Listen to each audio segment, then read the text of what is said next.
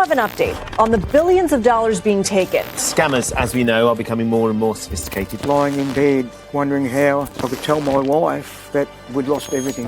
Our mission is to protect consumers worldwide from scams. Cybercrime is going through the roof, and we need to take action fast. We cannot keep on working in silos, and we've heard it here a couple of times already today.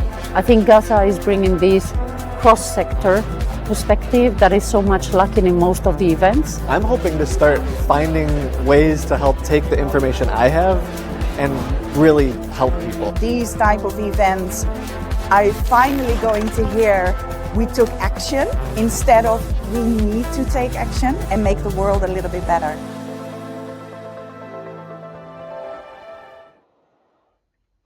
Welcome, everybody. My name is Jorij Abraham. I'm the Managing Director of the Global Anti-Scam Alliance, and welcome to our last GASA meetup of this year. I want to, for those who are new to GASA, briefly introduce our organization before I introduce our panelists. So the mission of the Global Anti-Scam Alliance, or GASA, is to protect consumers worldwide from online scams. And we do this by bringing together all the stakeholders, so governments, law enforcement, banks, telecom operators, social media platforms, and cybersecurity solution providers. What we do is we share intelligence, like in this virtual meetup, but we also have 8 email groups where we share real-time intelligence on scam operandi or new policies or research. And we have a lot of best practice blogs so that companies can learn from each other what is working or what is not working. We also facilitate networking. We organize free summits. Last week, we just had our summit in Washington, D.C. at Amazon headquarters with more than 600 people participating physically and 250 virtually. And we also have an online member directory where members can find each other, and several chapters across the world where on a national level, we bring together all the stakeholders and really work on better solutions to protect consumers. We do a lot of research. We publish about 30 reports annually on the state of scams in Brazil, Australia, Mexico, Africa, and we are working more and more towards solutions. So we not only network, share knowledge, but also really try to launch solutions to help people not get scammed. One of them is the Global Signal Exchange, where we real-time exchange more than 1 million signals every day. And in the beginning of next year, we're going to launch scam.org as a consumer portal to provide victim support to those who have fallen victim to a scam. And we don't do this alone. We do this together with more than 120 members worldwide.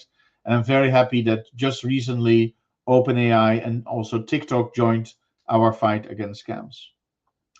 So we're nearly going to start, and I just want to mention that this webinar falls under the Chatham House rule. So you're free to use the information, but you cannot refer to the presenter unless you ask him or her for his or her permission. Finally, this presentation is being recorded. So if you have a question and we select your question to be shown online, your name will also be visible. So please bear that in mind. If you're posting a question, either make your name anonymously, but of course we prefer you to use your real name. And without further ado, I would like to present our panel, and I would like to start with the ladies. Matthew, could you show our panelists?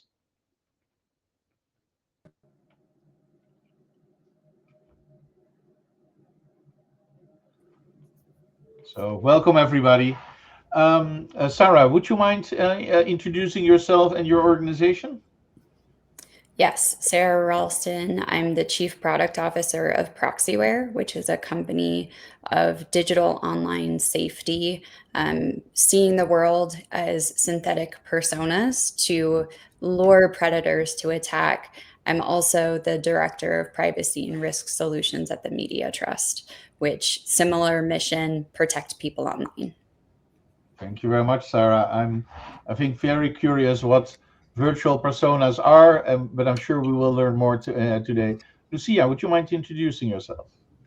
Sure, I'm Lucia Harris. I'm the Director of Member Protection For Match Group, where I lead efforts across the portfolio to identify and mitigate critical risks to our members and the public, including scams, fraud, and exploitation. And Match Group is a portfolio of dating and social discovery apps, including Tinder, Hinge, Match.com, and many others you may have heard of. I think most of the audience will at least have used one of your apps. Ryan, would you mind introducing yourself? Sure, happy to. I'm Ryan Woodley, CEO of Netcraft. We work with companies and governments across the globe to find scams and fraud, targeting them and their consumers, and take them off the internet. Thank you very much, Ryan. Ihab. Yeah, hello, everyone. My name is Ihab Shraim. I'm the CTO of Digital Brand Services at CSC. We are in the business of domain name registration, as we are a registrar. And based on that, we do brand protection, fraud protection, and enforcement. We do enforcement globally. We're behind millions of enforcements over the past several years, and we furnish cybersecurity solutions to protect the global 2,000 companies as well as others, but we are very prominent and very effective in combating fraud and scams on the internet. Thank you, Ihab. And Tal, last but certainly not least, would you mind introducing yourself? With pleasure. My name is Tal Goldstein. I'm head of strategy for the World Economic Forum Center for Cybersecurity. The World Economic Forum is an organization dedicated to promote leadership dialogues, connecting leaders from businesses, government, civil society, academia, and so on, to work together to address global challenges and see how we can better collaborate globally. Thank you very much, Tal. Lucia, maybe I can start with you. What have you seen in the year 2025 regarding scams? What was the most scary thing you saw and really made you concerned? Yeah, so I think that it's really the thing that stuck out to me this year is just the massive economic power that these syndicates have amassed, and what it enables them to do. We've heard from users who didn't believe they were getting scammed because in the beginning they were able to actually make a pretty significant sum of money on their investments in the event of investment scams. And what they're describing were something called inducement payments, where they're basically encouraged to make a small investment and then they're able to withdraw actual real money.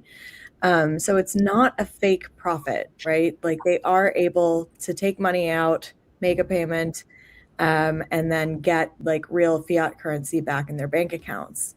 And so when the scam syndicates are operating like these well-funded businesses and building these entire ecosystems around their victims, like these worlds look and feel very legitimate, which definitely scares me because it's a lot harder to convince victims they're being scammed when they're making money. We see that also a lot, and what I find remarkable, we see especially people from India, it nearly becomes a game. They even know that it's a kind of scam. They put money in, and the game is to pull out just before things collapse. But it's a slightly related kind of scam. Thank you very much, Lucia. Sarah, I mean, maybe you can share a little bit more about what your company is doing. You were saying synthetic personas. I don't think everybody is familiar. So I'll start by answering what was the scary thing, and then I'll talk about how digital personas help. The scariest thing that I've seen in the last year is the rise of hyper-targeted attacks that are designed to lure vulnerable populations specifically to them. The attacks are increasing on children and on elders. The rise of suicides for teens who feel hopeless to escape digital extortion. Cloaking is a rising cyber challenge as well, which makes it very difficult for cybersecurity investigators to find the digital harm. And that's where digital personas come in. Because of the hyper-targeted nature of the internet and that what you see is curated for you, we deploy over 100,000 unique digital identities that are set up to browse the internet like vulnerable populations do. They have internet history, they have age, they have interests, and then we deploy our Proxyware devices where vulnerable populations are, so that to the internet we look like we're coming from a school or from a senior living facility. And the combination of digital persona plus the actual geography where you'd expect that person to be enables us to be a very sophisticated digital honeypot. And once we are attacked, we find the source of that attack and remove it from the internet. Latest success metric is 93% of the time. That is significant, 93%. Do you see any patterns in where it is coming from, or is that very difficult to determine? Where it comes from a lot is on the ad side or third-party code on a page. Trusted brands become unwitting participants in this digital crime ecosystem. And it depends where the ads are surfaced from, but it really is kind of in that ad space that is the impetus of the attack. And when it is a trusted brand, that makes it even harder for vulnerable populations to distinguish the harm from the actual brand itself. I'll give you one example. Senior citizens are targeted on obituary sections of local newspapers. So when someone is already in the midst of grief, when they're looking at obituaries of friends that have passed, bad actors are using that opportunity to find victims and target them again. Okay, that is really sad. I haven't heard this one before. What you just described with teenagers being extorted with often fake pictures of them in adult positions. I've heard about this. This is even terrible. Thank you for sharing, Sarah. Ryan, may I ask you, what have you seen happening in the market in 2025? I thought, George, since we're not only a proud member of GASA, but also GSE, in spirit of sharing some data, I thought I might share some stats with you and the group here. We took a look at the volume of domains hosting phishing attacks in Q3 of this year compared to Q3 of last year. And we saw that it more than doubled. It increased by 112% year over year. And if you look at the composition of those attacks, increasingly we're seeing as being driven in large part by things like fake investment platforms, cryptocurrency scams, fake shops, exactly the types of scams that are increasingly facilitated by AI through some of the things that Lucia and Sarah have mentioned, conversational scams, where scammers use a conversational platform to build a relationship of trust with a victim before they then suggest that investment opportunity to them. I think if it were not for AI, we would not have seen that rate of growth in malicious domains year over year. How are the scammers using AI? Are they generating new? Can you tell a little bit more about that? Yeah, I'll share another stat with you. We took a look at a recent sample of phishing sites, and we analyzed whether those attacks could be attributed to what we call a phishing as a service platform, or you can think of it as a scam in a box, a tool used by a scammer to quickly set up and deploy a scam impersonating a brand, targeting a particular demo, a vulnerable demo, like the one Sarah was describing. And we found that 1 in 8 were tied to a phishing as a service platform. Now, what's interesting is if you look at those phishing as a service platforms, the ones that are growing most quickly are the ones that are powered by AI. They literally have as a feature set advertised to scammers the ability to use natural language to craft the content of a scam and then quickly deploy it.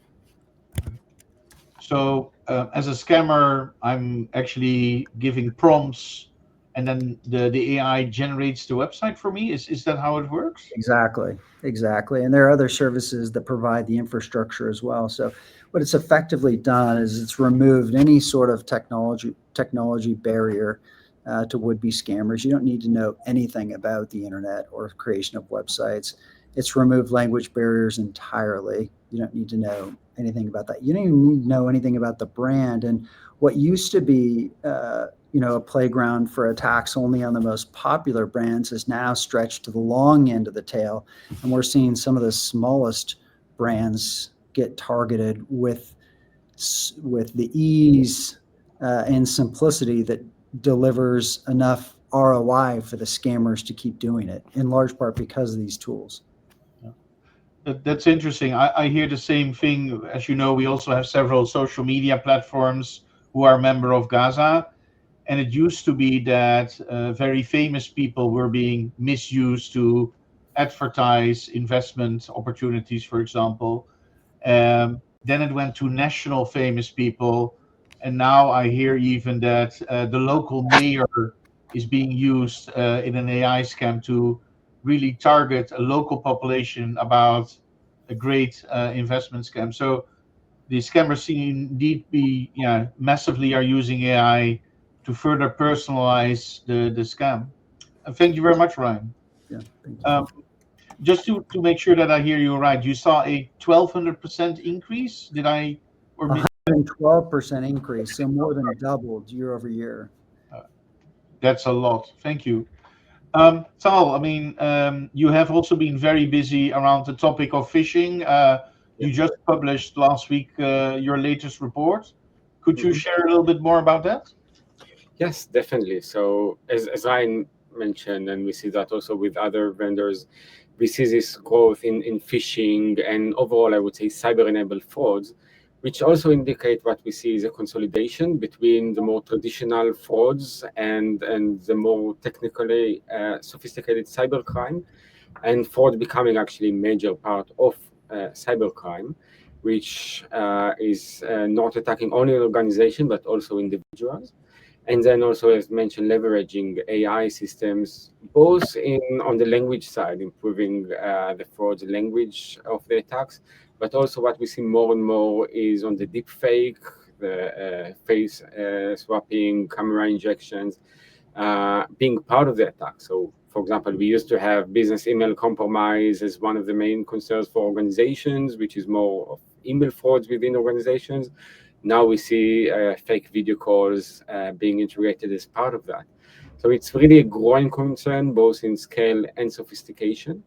And what we have done looking into that in the last year, understanding that to address this, we really need to be more systemic. This is not something that can be addressed only by the end users.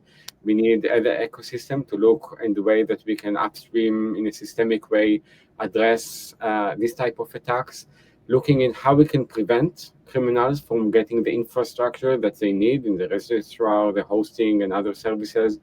We need to look into the opportunities of protecting users through scaled solutions and measures. And then we need to be much better in the mitigation, in the way that we are working together, like you mentioned before, some of the efforts that you're doing by sharing information between the different stakeholders and making sure that once we identify something, we have the right system in place to tackle it and mitigate as quickly as possible. And I'll mention one more thing regarding something I found scary. In a work that we've done with a group of researchers that we publish next month, we've looked into different face swapping and camera injections tools. And out of 17, most of them are not yet good enough to bypass our security system, KYC systems, but a handful of them are already good enough to undermine the system that we have in place, which means criminals out there already have the tools that they can use. And the concern is that now we'll see a scaling of the use of this tool. So we need to be also much better in the way that we are addressing this type of deepfake tools as well. And they use AI to bypass the KYC process? Exactly. So through the face swapping technique and of course you creating fake documents and so on, it's all about bypassing those systems. Thank you very much, Tal. Ihab, what did you see happening in the market in the last 12 months? Yeah. In addition to what my colleagues have said, they've provided you with a lot of deep information, but we're seeing a lot of variety of types of scams, and I don't want to dive into all of them, but cryptocurrency scams, tech support scams, credit card decline scams. But I'd like to zoom in order to complement my colleagues here. And a scary scam that I see is a multi-stage scam. And what a multi-stage scam is like SIM swap augmented with spoofing apps. Now, this combination is lethal because it's draining, and they're targeting the American public 40 years plus to deplete their checking accounts. And the way this scam works is that you receive a text message or an email. Mainly, as Ryan said, you have these platforms, phishing as a service. You can generate an email fully equipped, no errors in the email, very good, well-crafted email. The whole idea behind that is to either receive a text message from the scammer or an email indicating that there's a wire transfer that took place on your account and we will call you shortly. If it's an email, you will click on a link and then they will know to call you. Or if it's a text message, you will call that somebody will call you. And here's where the scam becomes so easy. They already know the victim's first name, last name, last social security 4-digit number. They have so much information. How they get the information? They get it from social media, data brokerage, and from the dark web. But most importantly, they are so convincing as they are online to drain the account. And this is how they drain it. With SIM swap, they call the telco company, and they will convince the telco company to move forward with a new SIM on a new phone. In other words, they will own the same number, mobile device number or phone number, and they will receive now their telephone and text. Now, here's where the text comes in handy. Comes in very handy, by which it's your second factor authentication. While Tal had said that you can have your facial recognition or your thumb second factor hijacked. In this case, no, they don't need to go to that depth. They are receiving the text and they are authenticating themselves, and now they will go and drain the account. Thank you very much, Ihab. I see the several questions already in the comments. I see a question from Trevor Clark for Ryan. Ryan, how is the industry working together to target the source of phishing as a service capabilities? I mean, can you elaborate on that question? And I think that's also an excellent way to start the second round. Ryan, please.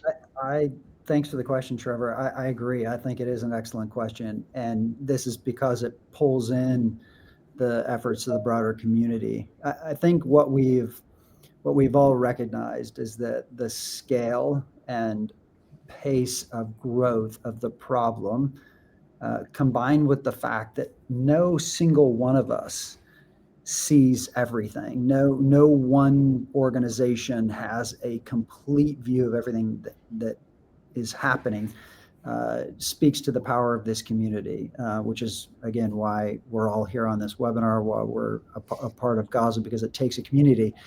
And specifically related to phishing, to your question, Trevor, the really impactful community is a community that's involved in both detecting and sharing signals is something that the GSE is involved in, and we're all talking about and taking down threats. And so Ihab mentioned before how many attacks CSC has taken down, and that's the kind of collaboration, enhanced collaboration that we need to see. So as we think about where we're spending our time in 2026, it's obviously going to be about new data and new tools to move earlier in the attack lifecycle.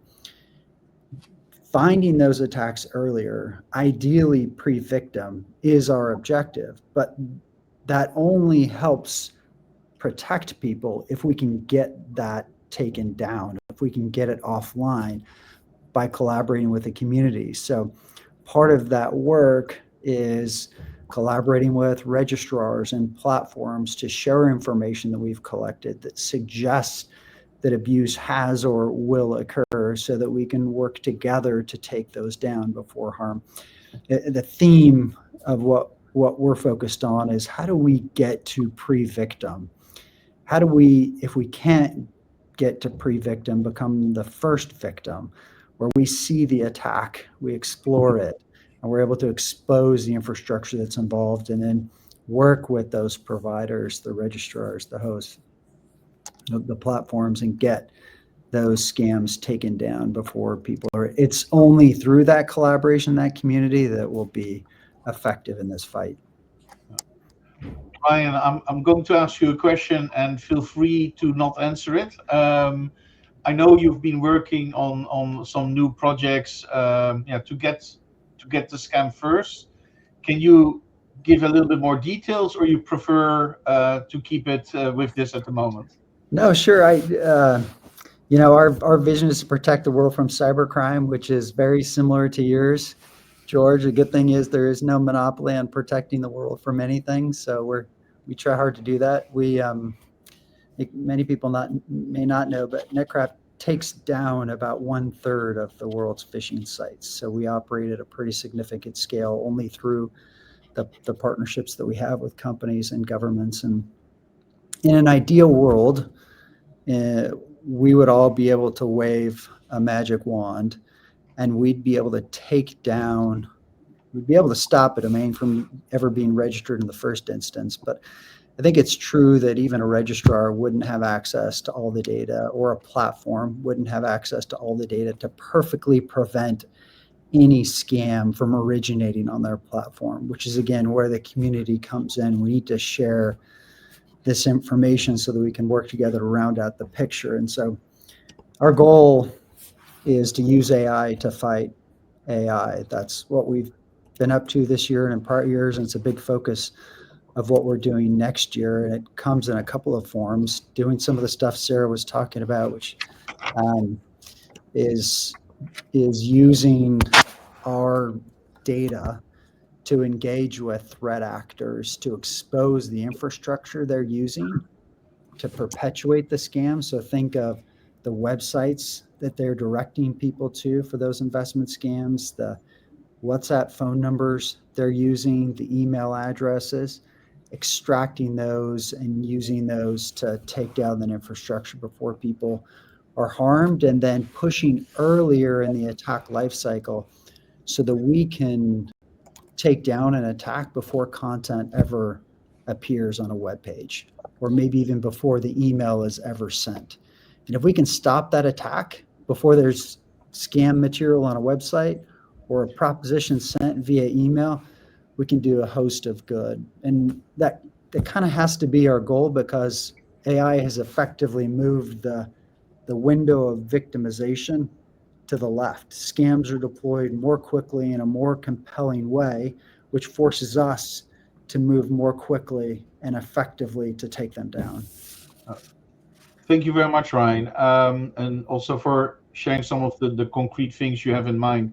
Tal, in your white paper you just published last week, you also had some very concrete recommendations towards the registrars and registries Ryan was naming. Could you share? Yes, with pleasure. So one of the things that is very important that we need to generally promote is to adjust between the level of risk and the requirement that those organizations need to have with their customers. So, for example, if we are talking about a bulk domain registrar, we need to make sure that there is higher understanding of the customer and the use of the services. We need to, for example, allow a short public notice period in order to ensure that there is a risk-based due diligence for the customer. So we want to create a free and open internet society, but at the same time, when there are certain actions that are taking higher risks, we also need to introduce the right measure to reduce those risks. And I mean, you now have the white paper. Yes. What's going to happen in 2026? So we are working with different stakeholders in the industry to see where can we support. The role of the forum is, first of all, to bring the leaders and discuss this and see how can they move together. And so we are continuing this discussion to see, especially around the policy areas, how can they work closer together to address those. I'll give you two areas that I think specifically. So beyond the high-level policy, which is not necessarily in forum control, but we'll continue to prompt that. But two areas that I think there is a lot that they need to have more work around. One is awareness and involvement of senior leaders. So we need to bring this from discussion at expert level to discussion at CEOs level, ministers level. And especially as we talk about some of the more sophisticated type of attacks that were mentioned, if you look at the deep fake and face swapping, these are attacks that are starting with those high-level figures. And CEOs we know already being targeted and other executives. So we need to raise our awareness and understanding for the action that they need to take on their side. So it's going not just on the experts, but now taking that to leaders. So this is one action. And then the other one is increase this dialogue and discussion with governments. So we think government have critical role, governments around the world, not only on the regulatory side. So one thing is regulation, and this could be challenging, and internet is not something we necessarily want to be regulated on a national level, but creating the coordination efforts that can help connect between the different stakeholders. This is something that we have seen being very successful in different countries like Belgium and Australia, India, and we need to make sure more governments are equipped to take this type of action. So we want to help government learn from each other, look at the successful use cases, and see how this could be implemented by more governments. Can you elaborate? What have you seen done in Belgium or Australia?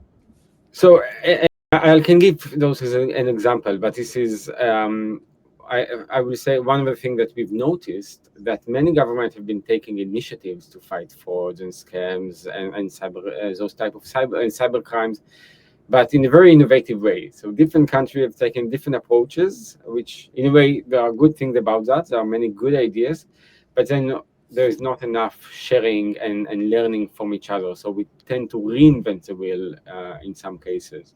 So for example, Belgium, I think, doing amazing work in allowing victims of phishing to report those phishing to the government, and then the government will work with the local ISPs to block those phishings. In Canada, for example, there is a number, I think in other countries as well, UK as well, it's a similar number, that victims can forward SMS with fraud SMS in order for the ISPs to take action. Australia also brought the financial sector to be part of a hub between different stakeholders to report and share about different scams.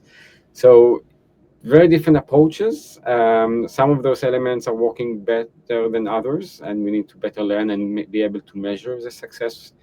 I'll maybe mention also India, which I think is very interesting, and there's not enough awareness, which taking significant efforts, not everyone like that, but I think very interesting efforts to protect mobile phones by billion of people. So the scale is really huge to clean malware activities.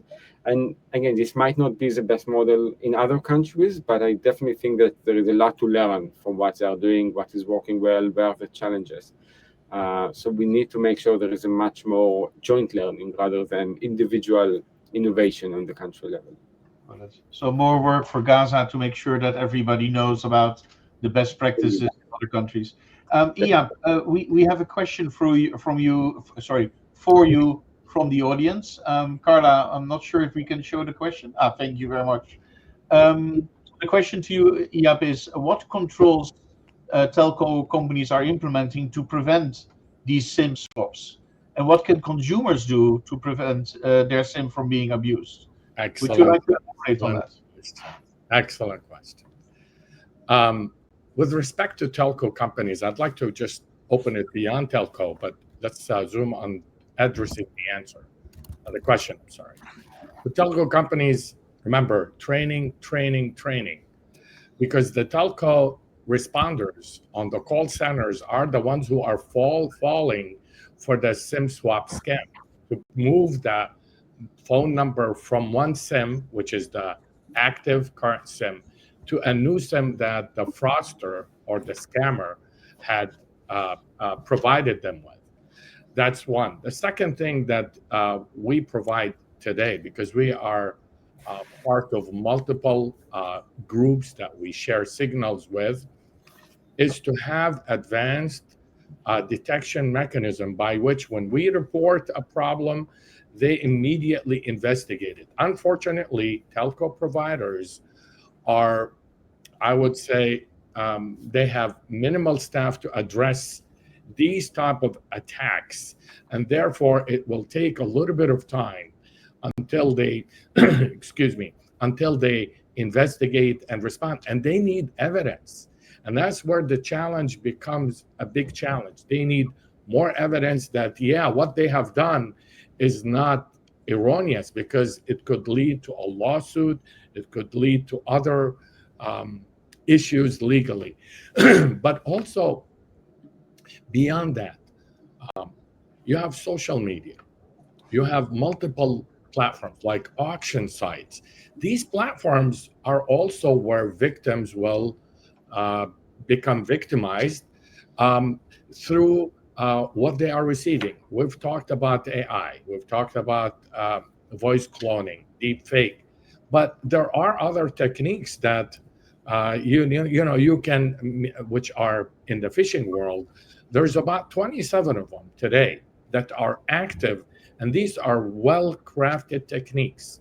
The old techniques that we used to receive, which is sending a mass email to recipients, is no longer the case. They study their victims, they study who they want to go after, and then they launch the attack. Now, how do we prevent it? Well, you have to be diligent. You have to be more educated. As a consumer, you can't just click on links ad hoc. You can't, if you receive something that could frightens you per se, that somebody transferred money from your account, validate before you proceed with, yes, I will receive the call and you will start interacting. And most importantly, on voice cloning, because the scam that I described with SIM swap attack augmented with a spoofing app, by which the app will show you that, meaning the scammer will show you that their geolocation is in the bank that you are interacting with or having an account with. And that's where the fundamental problem becomes, when you receive that second call, so that you can give them more data and believe that to transfer the account to them or to do something different based on the scam being launched against that victim.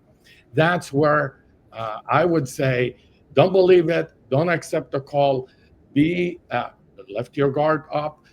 Just don't believe anything on the internet unless you validate it. And one last thing, online shopping. Online shopping is coming across. I mean, Christmas is right around the corner. It's going to become a nightmare. We are going to see much more scams being launched. I would like to address something on the legal side. GDPR. While GDPR in Europe is a great protection for identity theft, but GDPR have made the phishing attacks triple in Europe. Why is that? The reason behind that, you're masking the who is record. You're masking how registrars or how companies like Netcraft, that Ryan is a CEO of, by which you can go and try to find out who owns what so that you can legally take it down. This is what we come across. We come across that unless we have the old data, the old who is record data and the relationship, it will be very difficult to go take down the site. Therefore, we crafted different mechanisms or products. We have what's called domain casting, by which we block it across multiple channels, such as telco providers, cybersecurity companies, registries and registrars, as well as web hosting providers. But as Ryan said earlier, you cannot do it all. You cannot do everything. You don't have a silver bullet. Therefore, we need to work with groups like GASA. We are a member of ICANN. We are a member of the Anti-Vision Working Group. We are a member of Tech Accord.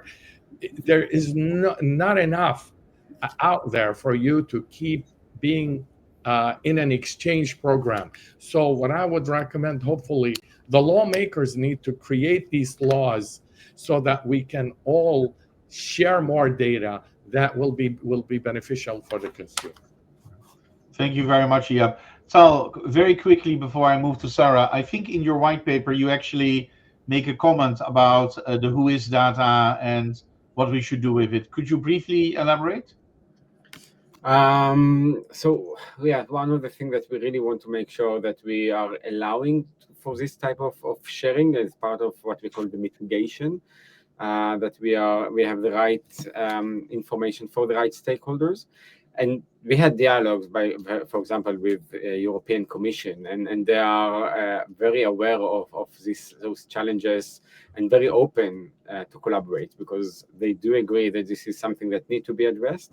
And sometimes more dialogues are needed. And so I think there is no good solutions out there. And this is why I said before, we also need to bring that to the decision makers. We need the ministers and regulators to be part of these discussions and to be able to take away some of the barriers that are not necessarily always true. Sometimes what we see that there is over protection, over carefulness by legal stakeholders that are not necessarily needed. So I think maybe what we need for the coming years to make sure that we have better dialogues between the regulators and those that are actually on the front line of dealing with those threats. Thank you very much, Tal. Thank you. Sarah, moving to you. What are your plans for 2026 to take down scammers and protect people? The biggest goal that we have for 2026 is to expand the positive impact that we've seen in our pilot programs. We ran a pilot in the state of Virginia in 2024 across senior centers, senior living facilities, and we projected to save Virginia seniors $20.2 million. Virginia is a really interesting case. The national increases in fraud losses, as reported by the FBI, were 43% year over year in the senior group. Virginia slowed the growth to 13%. And Proxyware, using our synthetic personas for good, was the only measure that the state of Virginia took to try and reduce digital crime. Virginia is also the only state in the top 10 for financial losses in the 60 plus group in 2023, who moved out of the top 10 in 2024. So we know that the technology is working. We know that we're keeping money in the pockets of vulnerable populations. We're reducing digital harms attacking kids, but we need to scale. And so that is a big focus for 2026. In addition, we need to push the industry towards shutting down the malicious activity at the source. Ryan, you mentioned this as well. We've got to get well before a victim actually happens. You can't take back the victimhood. And I've talked to several folks in law enforcement who've told me losses in digital crime are rarely ever recovered. So once a victim is out there, once the funds are gone, they're gone, and those funds are then used to continue to attack more people in a vicious loop. So we have to stop that attack from happening. We need better coordination across the industry with ad tech partners, social media platforms, hosting, registrars, and even in the cybersecurity and digital safety ecosystem to share data, to share knowledge. Bad actors do this openly on forums and give tips and tricks to each other, but we're very siloed on the good side of the fence, with everybody taking a piece of the pie, but we lack this overarching data set to understand what is happening, where is it happening, where's the next exploit likely to occur. And so getting more collaboration like GASA is doing, and more independent collaboration between companies to really understand that. And then lastly, accelerating work in fake image detection, really honing in on some of the AI generated celebrity images, expanding end-to-end visibility across the entire life cycle of what a scam looks like, so that we can really prevent that revenue loss and avoid policy violations, make sure that companies are enabled to have scaled cooperation with regulators and others. Thank you very much, Sarah. Lucia, could you elaborate on what Match Group is? What are the plans of Match Group for 2026? Yeah, absolutely. So this year we are focused on So in the past year, we've been really focused on rolling out mandatory facial liveness verification at onboarding, which we've rolled out to Tinder across a variety of markets. And since rolling out, we've seen a 60% drop in bad actor exposure and a 40% decrease in bad actor reports related to spam and scams. So our goal for 2026 is to really scale this type of mandatory facial liveness verification at onboarding across our platforms and across our markets. We want to scale that responsibly, balancing safety, user experience, and regional regulatory expectations. But we would like to move toward global availability. And so that's going to be a core focus for 2026. Very good to hear that doing proper KYC already raised the bar a lot for scammers. But I think it was Tal, I'm not 100% sure, said we see that the scammers are starting to use AI to create to go through this process. Maybe also opening a little bit the discussion for everybody. And I also saw a lot of questions regarding AI in the chat. Can we win this war? I mean, AI is getting better and better, unfortunately being used a lot by AI scammers. And maybe referring to one of my own lessons learned, Tal, at your recent summit, I spoke to Interpol, and they said they were very concerned because there are a lot of, how should I say, in India and other countries, help desk scammers who call you and give you IT support. And what the gentleman from Interpol was saying is that now they expect that they don't need to roll up those kind of physical centers anymore, but they need to find the servers where AI is being used to continuously call people to support in their IT problems. So the entire, it's no longer a physical thing you have to roll up. It's completely virtual. Maybe open for debate in general. Can we win the war on AI, or do we need to take other measures? Anybody likes to comment on that? I was looking for the applause button when Lucia was talking about the liveness detection that's happening across Match platforms, because that's exactly what we need to see. We need to see the introduction of that technology. And the good news is a lot of the technology that we've developed and advanced recently helps fight the deepfake battle. Facial recognition, logo detection, that technology has advanced significantly, where even off-the-shelf models are highly effective at identifying logos of brands used in scams and faces of celebrity personas used on posts and in ads that we can then leverage to detect that malicious behavior and take them down. And, I think, I don't know that we believe we'll ever win the war. That's not to say any of us are pessimistic, but I think we all know that if we work better together, we'll win battles along the way, and we'll win them quicker than we would if we had worked in silos on our own. And that's going to be important, because today and tomorrow too, it'll be deepfakes, but then we're going to be talking about AI prompt injection and the next wave of AI-based attacks, and we'll be more effective at fighting those future battles as we lock arms today in the fight of the current ones. Thank you very much, Ryan. Any other comments? Ihab? Yeah, sure. I think Ryan is spot on.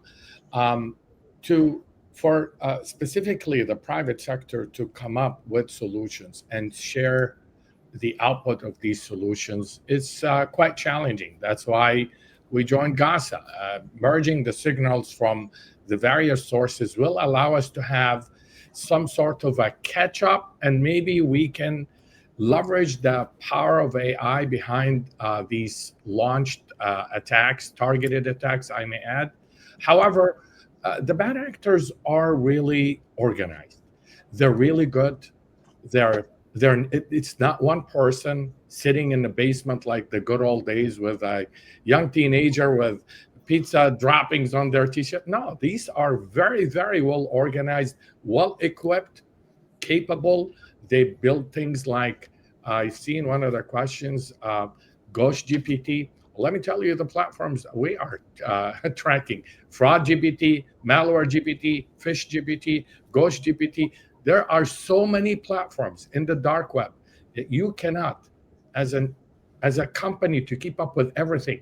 What you go after is the low-hanging fruit, the main the contributors to the scams. And as Sarah mentioned earlier, how do we detect early? How do we stop the scam before it happens? Well, with us, we are going, because our backend is a registrar, so we have access to all these zone files on the .coms, the .nets, and so forth. But beyond that, because of our reach and our membership with ICANN, we are exchanging data with many CCTLDs, country code top-level domains, which are mainly in Europe and Africa and other continents, by which we are exchanging data. But that's still not enough. So what we are seeing is an influx of domain name registrations, and those domain names are parked. They're useless. And then they get weaponized. Now, here's the trick. When does it get weaponized? And that's where our AI solutions are for what we call the second generation of fraud detection, analysis, and response is going in 2026. We're going after these dormant domain names. We define them. We have a white paper on that. And those domain names are global domain names. It could be in any extension. It doesn't even have to be a GTLD, I mean, a global top-level domain name like a .com or a .net or a .org. It could be anything like XYZ or any extension. And what we are going after are these domain names that get weaponized. So how do you know a weaponized domain name, which could be cryptic, from a domain name that is targeting a brand and spelling the name of the brand in the attack? What we do is we know behaviors, symptoms, platforms that launches these attacks. And then we go after, with our AI solutions, to detect those domain names or dormant domain names. And as soon as they get weaponized, we go after them with enforcement. And enforcement is key on the internet. And last but not least, enforcement cannot be just taking a site down. Enforcement, what if, and that we see a lot of this specifically in the Baltics. We see that the scammer or the bad actors are the registrar or the web hosting provider. In other words, you cannot call them and shut it down. So how could you not allow them to launch something, because they're not going to listen? So the way to do it, we've launched a product last year called domain casting. Yeah, I also want to give the other panelists a moment. Last comment? Yes, go ahead. No, please finish your sentence. Yes, so domain casting is one of the most critical networks that we have built. And the whole idea is to block the scam or the attack while it's active through a bulletproof web-hosted provider that we have no control over, or a bulletproof registrar that is not going to listen to anyone to take it down. Thank you, Ihab. I saw one last question in the chat, and then I would like to draw a conclusion. Carla, could you show the question? Thank you very much. So, Lucia, how does Match Group ensure that users, especially vulnerable groups, are warned about current scam tactics and are educated? Could you elaborate on that question? Sure. Yeah. So we integrate education throughout every part of the user lifecycle, including from onboarding when you're served with mandatory click-through education, as well as follow-up emails to give you, to basically link you to our safety centers that include tips for safe dating and how to navigate dating more safely. And then in addition to that, we have just-in-time prompts, like depending on the platform throughout the conversation. So if we see you're moving off platform really quickly, you'll get pinged to say, hey, like, you know, things seem to have escalated pretty quickly. Like, here are some guidance and tips to look out for why this might be a scam. So just really integrating that throughout the user lifecycle, as well as ad hoc campaigns to raise awareness about specific threat vectors to make sure users are aware of them. Thank you very much, Lucia. I want to slowly conclude the webinar. You have all been supporters of GASA in the last year, and we're very happy with that. What should be our highest priority in 2026? Maybe start with Tal. What should be our mission? Yes, everything we've discussed about raising awareness, promoting the collaboration is, of course, all there. Maybe the one point I'll add, you ask about AI and also my comment before about tools that are already existing to go to bypass some of the KYC solutions. There are also counter solutions to deal with that, with the liveness, check of liveness and so on. We need to make sure that we have awareness by all the relevant stakeholders that they need to prioritize implementing those solutions. So the criminal, right now you ask about AI, the battle of AI between the two sides. It's not about winning the battle, it's about bringing it back to a balanced situation, more balanced situation. And we can do that because the criminals are faster to implement. We just need to make sure that we'll be fast enough in implementing the counter solution and bringing back the balance. Thank you. That's a very nice conclusion, Tal. Sarah? I think the focus needs to continue on collaboration. How do we bring all of the different companies together, all of the data that we have all been working through, detecting, to actually make some real changes in the tech debt that exists across the digital trust and safety ecosystem? Bad actors are advanced. They're early adopters of technology. As Ryan mentioned earlier, there is no longer a technological barrier for entry. And so we need to figure out how to pool our resources and our knowledge to further this mission and expedite the tech debt repayment that the industry has as a whole. I think that we can win this war. In a sense, we know we've seen, at least in our own data, that we're able to slow the tide. But I think the really big thing is the industry needs to settle in for the 100 years war that we're already in the midst of. Because if we solve all of the industry problems today, there'll be new problems tomorrow. This isn't something that has an ending point. Thank you, Sarah. Thank you. Yeah. I think very well put, Sarah. I think I totally agree that the private sector, as well as the public sector, needs to collaborate, and that's why we joined GASA. I think GASA has, by the way, no one told me to say what I'm about to say. I was so impressed in what GASA had accomplished in 2 years. Sincerely saying that. I've joined almost every critical group in the past 25 years. And I think GASA has legs to be able to combat fraud scams on the internet with the collaboration of companies like Netcraft and others on the internet. However, I think the other side is where I think GASA will be very instrumental in the public sector. In other words, toward lawmaking, because the laws are the problem, in my opinion. While what Sarah is saying is very awesome. Okay, we need to collaborate and share data, but the brand owner will tell you cannot share my data.